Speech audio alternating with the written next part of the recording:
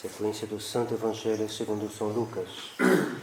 Naquele tempo diziam os pastores entre si: vamos até Belém e vejamos o que aí sucedeu e o que o Senhor nos anunciou. Vieram, pois, com presteza e acharam a Maria e José e ao menino reclinado no presépio. Vendo, reconheceram a verdade do que lhes fora dito acerca desse menino. E todos que ouviram falar maravilhavam-se do que os pastores lhe diziam. Maria, porém, guardava todas essas palavras, meditando-as em seu coração. E voltaram os pastores, glorificando e louvando a Deus por tudo quanto tinham ouvido e visto, conforme lhes fora anunciado. Em nome do Pai, do Filho e do Espírito Santo. Amém. Caríssimos irmãos, meus fiéis, hoje, Natal, temos 3 missas, uma à meia-noite, depois a missa chamada da Aurora, que é que nós estamos rezando nesse momento. Normalmente nós costumamos rezá-la um pouquinho mais cedo, na Aurora realmente, mas a nossa comunidade começa a sentir o peso dos anos.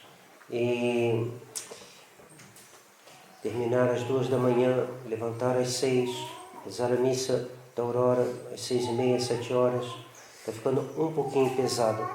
Então nós botamos a missa da Aurora agora e a missa do dia, que é a terceira missa, será rezada às 4 da tarde. Mas estamos fazendo uma novena ao Menino Jesus de Praga, para que Deus nos dê saúde para assegurar matinas. A saúde de hoje não são as mesmas que a saúde dos antigos e temos um pouquinho de dificuldade. Então peço orações dos senhores também, para que nós tenhamos bastante vigor, saúde, para poder assegurar a observância monástica, que não parece, mas ela é pesada. O mosteiro parece que não se faz muita coisa, a vida contemplativa, que é um grande repouso. Não, é um repouso laborioso, um silêncio laborioso, e às vezes bem difícil. Mas a vida dos senhores também é bem difícil. E do católico na terra é bem difícil. Então, o Senhor nos dá a sua graça para que a gente possa carregar a nossa cruz, cada um a sua, do religioso a sua observância, a do leigo os seus trabalhos, dever de Estado. Tudo isso faz parte desse meio de salvação que nosso Senhor nos deu, que é o nosso dever de Estado, carregado, realizado por amor de Deus e em espírito de penitência, com o mesmo espírito que nosso Senhor. Vamos meditar um instante as palavras do introito. O introito é a primeira palavra própria de cada missa, e quando o padre, depois de rezar o convívio das orações debaixo do altar, do Salmo Rio de Camê, ele sobe, beija o altar e vai para lá da epístola, e lá ele reza o introito, que dá o tom da festa. Todos os textos de uma festa se repercutem o que é próprio dessa festa, e o primeiro desses textos é o introito. Então, o introito de hoje, na missa que nós estamos rezando, diz: Lux fulgevit hodie super nos, a luz brilhará hoje sobre nós, porque nos nasceu o Senhor. Seu nome é admirável, Deus, Príncipe da Paz, Pai do futuro século, e seu reino não terá fim. O Senhor é Rei, envolto em magnificência, vestiu-se o Senhor de força e cingiu-se. Pois em glória, pois se repete as palavras do início: a luz brilhará hoje sobre nós, que nos nasceu o Senhor. Seu nome é admirável, Deus, Príncipe da Paz, Pai do futuro século, e seu reino não terá fim. É uma profecia de Isaías. Em geral, o introito é tirado do Antigo Testamento, porque ele que introduz o Antigo Testamento, introduz o Novo, prepara o Novo, anuncia o Novo. Então, o introito é tirado do Antigo Testamento, profeta Isaías, profetizando o que nós celebramos neste momento, que é a encarnação e o nascimento de nosso Senhor Jesus Cristo. Então, Isaías, vários séculos cerca de 1000 anos antes de Nosso Senhor, mais ou menos, mas um pouco mais para trás, né? E ele anunciou esse nascimento de Nosso Senhor, anunciou sua paixão, é um grande profeta. Todos os profetas anunciaram Nosso Senhor. Isaías, de maneira particular, anunciou o seu nascimento e a sua paixão. Então ele diz que uma luz brilhará sobre nós hoje. A luz, melhor dizendo, a luz. Que luz é essa? É Nosso Senhor, o Verbo. O Verbo é a sabedoria. O Verbo significa palavra. Ele é a sabedoria, ele é a expressão perfeita, total, completa do Pai. Por isso ele procede do Pai. Ele é a expressão do Pai. É o fulgor, né? O esplendor da natureza do Pai. No credo a gente diz, né? Luz da luz. Ele é a luz que procede da luz. Deus é luz, o Pai é luz. E o Filho é a luz que procede do Pai eternamente. Da maneira que nossa pequena inteligência não pode entender, mas que a gente sabe por revelação, que o Filho procede do Pai, sem que o Pai seja maior que o Filho. O Filho é igual ao Pai e o Pai é igual ao Filho. Mas há uma vida interna de caridade na Trindade, pelo qual o Pai se dá totalmente ao Filho e o Filho se dá totalmente ao Pai. E essa doação mútua, esse amor mútuo é o Espírito Santo. Por isso o Filho é chamado a luz, porque ele é a sabedoria do Pai. O Pai se conhecendo perfeitamente, essa expressão do que ele é o Filho. Então, como o Pai é luz, o Filho é luz que procede da luz. Então, isso aí diz, uma luz brilhará sobre nós. Que luz é essa? O Verbo encarnado.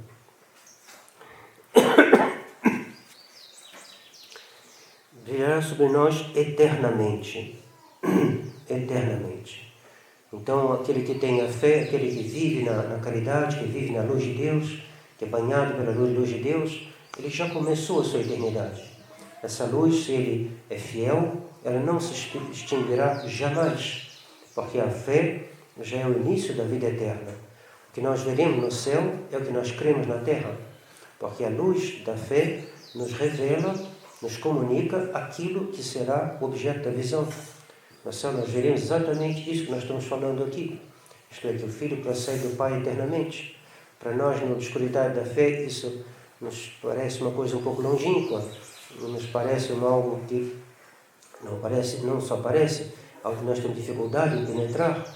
Por isso que a gente admira os grandes santos, porque eles foram mais a fundo nos mistérios. Mas é a mesma realidade. A mesma realidade que nós cremos é a realidade que nós veremos no céu. Nasceu-nos o Senhor, acrescenta ele. A palavra nasceu indica a encarnação, que Deus não pode nascer, Deus não nasce, mas devido à encarnação, a natureza humana de Nosso Senhor nasceu. E nasceu nos, acrescenta ele, nasceu para nós. Nesse nós, nesse para nós, está indicada a redenção. Nosso Senhor nasceu, veio ao mundo para nós. Para nós o quê? Para nos dar a salvação. E como nos deu a salvação? Pela morte na cruz. Então, nessa palavra nasceu-nos, hoje, está indicado a encarnação redentora. Deus que nos veio para nos redimir, morrendo na cruz. E nascendo da Virgem Maria. Nascendo de uma mãe que, portanto, é mãe de Deus. E que, portanto, é imaculada, que a mãe de Deus não poderia ser concebida, não pode se imaginar uma mãe de Deus manchada pelo pecado. Por isso, a Nossa Senhora está incluída aqui na sua Imaculada Conceição, porque uma mãe de Deus não poderia ser senão imaculada. E ele continua, será chamado admirável. Quantos homens foram admirados ao longo da história e não havia razão para admirá-los como o mundo os admira? Né? Pensemos no Lutero, admirado pelos progressistas. A razão de chamá-lo admirável? Não. Lutero não é admirável. Lutero, muito pelo contrário. Napoleão foi admirado havia razão de admirá-lo? Em parte, sim, como general, mas como homem, não. Foi um revolucionário, foi um homem que não é admirável. Hitler foi admirado pelo povo alemão que o levou, o elegeu. Ele é admirável? Não. Não. Os Beatles foram admirados, são admiráveis de maneira não é um equívoco. O mundo admira os homens que ele não merecem a admiração que o mundo lhe presta. Mas Nosso Senhor é o admirável. É admirável em todos os aspectos. E se o mundo não admira, se o mundo não toma o tempo, se o mundo prefere dar mais tempo aos Beatles do que a Nosso Senhor, porque o mundo está equivocado. O mundo não sabe admirar o que é admirável. O mundo se equivoca de admiração. O mundo dá o seu tempo, os seus aplausos a quem não merecia e recusa esse tempo que Nosso Senhor merece. Que o mundo, uma vida monástica é muito curta para poder contemplar Nosso Senhor, muito curta. A gente não consegue nem para estudar a teologia, uma vida muito curta. Nosso Senhor é admirável, significa algo que a gente nunca se cansará de admirar. Pessoas que perguntam como é que vai ser o céu vai ser um pouco chato, porque no céu não vai ter futebol, no céu não vai ter isso, não vai ter aquilo. Isso mostra a ignorância das pessoas que falam assim.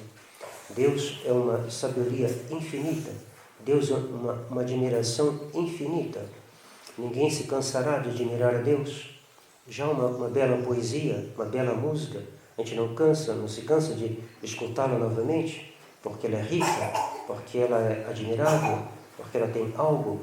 E uma música perto de Nosso Senhor não é nada, é um lixo, é algo completamente incomparável, não se pode comparar nada com Deus.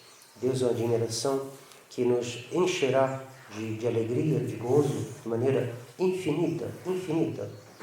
A vida eterna é todos os bens reunidos, possuídos ao mesmo tempo e eternamente. Isso ultrapassa a nossa compreensão. Só no céu nós começaremos, nós veremos. Aqui no céu, aqui na terra a gente só pode crer, mas no céu sim, nós veremos. Veremos o quanto era verdade aquilo que Nosso Senhor nos revelou. O Santo Agostinho diz que no céu se pronuncia duas palavras, Amém e Aleluia. Amém para dizer sim, era assim que me foi dito. O céu é tal qual me disseram. Ele é mesmo além do que me disseram. E Aleluia para dizer, exprimir a alegria da alma que chega à visão beatífica. Então ele será chamado admirável. Admirável. E ninguém é comparável ao Nosso Senhor. Ninguém. É impossível comparar alguém a Nosso Senhor.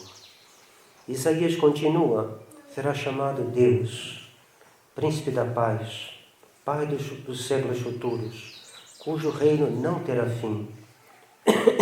Por que Nosso Senhor é tão admirável? Porque Ele é Deus. Eis que os modernistas e progressistas indiretamente rebaixam, negam de certa maneira, indiretamente, pela maneira de tratar Nosso Senhor. Comungar sem se ajoelhar é um sinal que mostra que está faltando algo. Se nós cremos realmente que Nosso Senhor é Deus, nós ajoelhamos. O padre, quando consagra a hóstia, a primeira coisa que a rubrica do missal diz, ajoelha e adora. Ajoelha e adora. Por quê? Porque Deus que está presente, o admirável Deus, Pai dos séculos futuros, Príncipe da Paz, Deus. Por isso ele adora. Só depois de adorar, ele se levanta, toma a hóstia e eleva.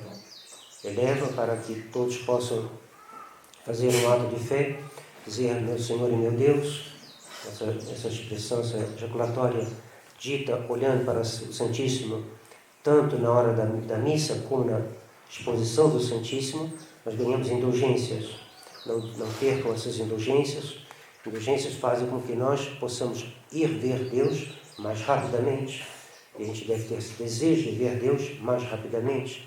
É uma honra prestado a Deus e queria ganhar as indulgências para ir ver Deus mais rapidamente. Nós estamos lendo um livro muito bonito de Dom Chotar. No refeitório tem um irmão chamado irmão Gabriel. Ele está morrendo e Dom Chotar prepara um caldo de carne para ele e traz para ele. E quando traz, ele faz uma cara assim e vira para a parede. Ele fala, mas irmão, podia ao menos agradecer, não? E ele fala, não, o senhor não entende. É que eu esperava vê-la no sábado. E o senhor, ele fala, estou te trazendo a saúde. Ele falou, eu esperava vê-la no sábado, estava morrendo. E não é a saúde que me interessa. E ele fala assim, mas o senhor tem tanta certeza assim? Você vai ver Nossa Senhora? Ele fala, sim. Mas isso aqui não é um pouco de presunção? Ele fala assim, não. Se ela é mãe, é ela que quer me ver. Então Chotar fica... Só mais tarde ele entendeu o que esse irmão tinha dito. Então, é um sinal, esse irmão queria ver Nossa Senhora. Isso honra Nossa Senhora, honra a Deus. Então, procurar ganhar as indulgências é também uma maneira de honrar a Deus. Eu não quero me demorar, eu quero ir ver a Deus. E procurar, eu quero ver a Deus. E a indulgência faz com que diminua nosso tempo de provação, nosso tempo de purgatório, para a gente possa ver a Deus mais rapidamente. Então, quando o Padre levanta a hóstia, depois da consagração, é bom dizer, né, meu Senhor e meu Deus. Como disse São Tomé, quando ele botou a mão na chave do Nosso Senhor. Meu Senhor e meu Deus. E na bênção do Santíssimo também, a gente pode repetir várias vezes, meu Senhor e meu Deus, e assim ganha indulgências. Então, Nosso Senhor é Deus. Essa é a grande coisa. O grande ponto.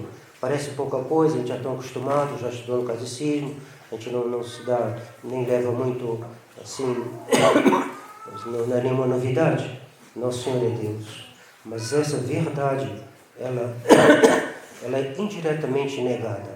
Não só pelos progressistas, não só pelos modernistas, por outros ela é abertamente negada, mas nós também.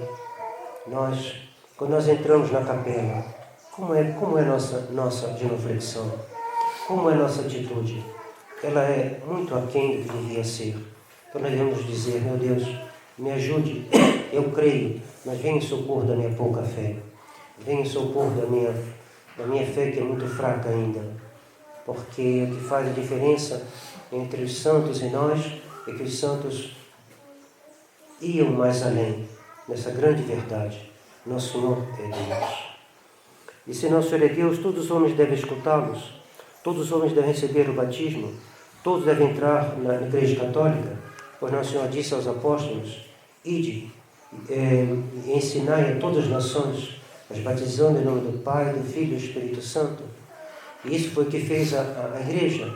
A Igreja, através dos países católicos, ela se expandiu pelo mundo inteiro. Ela, desde o Canadá, o Alasca, a América do Sul, a América Central, o México, foram visitados pelos missionários, levados pelos espanhóis, levados pelos franceses, levados pelos portugueses, que nos trouxeram a colonização, da qual se fala tanto mal das universidades de hoje. A colonização foi ela que trouxe junto com ela os missionários. O que é a colonização? Essa expansão do mundo católico no mundo inteiro. Não só na América, mas na Ásia também, e na África também. E agora como que uma revolta comunista, revolta marxista, revolta daqueles que querem dizer mal dessa colonização. Porque, claro, os homens trazem seus pecados também, mas eles não veem esse bem infinito que é a fé católica, que é Nosso Senhor. Nosso Senhor é Deus. Ele deve reinar não só em Roma, não só no Vaticano, ele deve reinar em toda parte e no mundo inteiro. E na Rússia ele deve reinar. No Evangelho de hoje se fala do coração imaculado de Maria. A senhora meditava todas essas coisas no seu coração.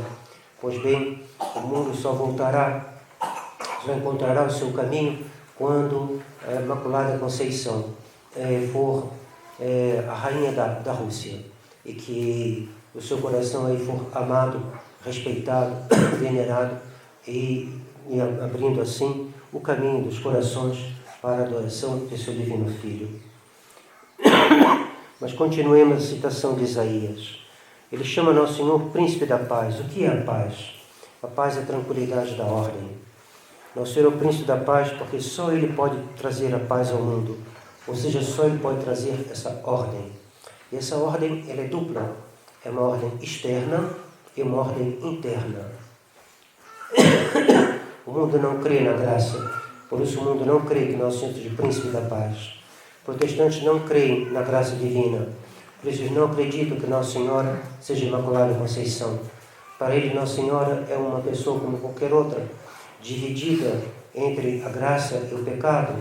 Uma pessoa como qualquer outra, que tem inveja, que tem rancor, que tem sensualidade, que tem gula, que tem curiosidade, que fica procurando saber o que o vizinho está fazendo, fica olhando pela janela para ver o que os outros estavam fazendo fofoca da vida dos outros, ou então comendo demais, ou não respeitando o que pede a igreja, a liturgia, o que era pedido no tempo da lei mosaica. Assim pensam provavelmente os protestantes. Por quê? Porque eles não creem na graça de Deus. Eles não creem que Nosso Senhor é o Príncipe da Paz. A paz e a tranquilidade da ordem. E a alma de Nossa Senhora era uma alma na qual nunca houve uma perturbação. Uma perturbação na sua vontade. Nunca houve. Nossa Senhora nunca foi perturbada pelo pecado. Nunca. Sofreu mais do que qualquer outro santo. Sofreu mais do que ninguém. Mas era como um lago profundo, em paz. Como a alma de Nosso Senhor. A alma de Nosso Senhor é uma alma em paz. A sua sensibilidade sofreu. Pai, se possível, que esse cálice passe sem que eu beba, mas não seja feita a minha vontade, mas a vossa. O lago, no fundo, tranquilidade, nunca alterada. Sensibilidade, sim, que a dor todos nós sentimos, mas isso não tira a paz. A dor não tira a paz se a alma está unida a Deus. Então, Nosso Senhor é o Príncipe da Paz. E como o mundo não crê em Nosso Senhor, o mundo não crê na paz. A paz que o mundo almeja é a dominação, é um estado bem policiado, com muita polícia na rua. Isso não é polícia necessária, sempre será necessária, mas a paz é algo mais profundo. A paz é algo que é interno. A paz é essa ordem que Deus vem botar em nossos corações pela sua graça. Graça que Nosso Senhor adquiriu pela sua paixão na cruz. E o mundo que não quer Nosso Senhor não terá paz. Não pode fazer o que quiser. A ONU pode reunir-se quantas vezes quiser. Se ela exclui Nosso Senhor, o mundo não encontrará a paz. E nas nossas vidas é a mesma coisa. Nós temos que botar em primeiro lugar Nosso Senhor. Se Nosso Senhor estiver em primeiro lugar, haverá paz em nossa alma. A paz parte de um princípio. Esse princípio é Deus. E ela vem pondo, a partir de Deus, ordem em todas as coisas humanas. Primeiro nas nossas paixões, nossas faculdades, e depois fora de nós também, na relação com o próximo. A paz estabelece, a graça estabelece uma paz nos contatos com o nosso próximo.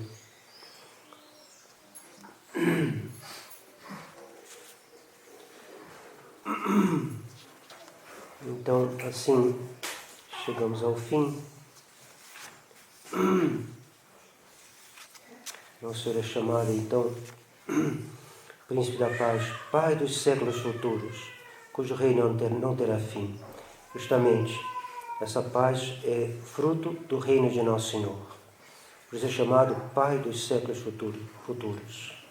Pai dos séculos futuros.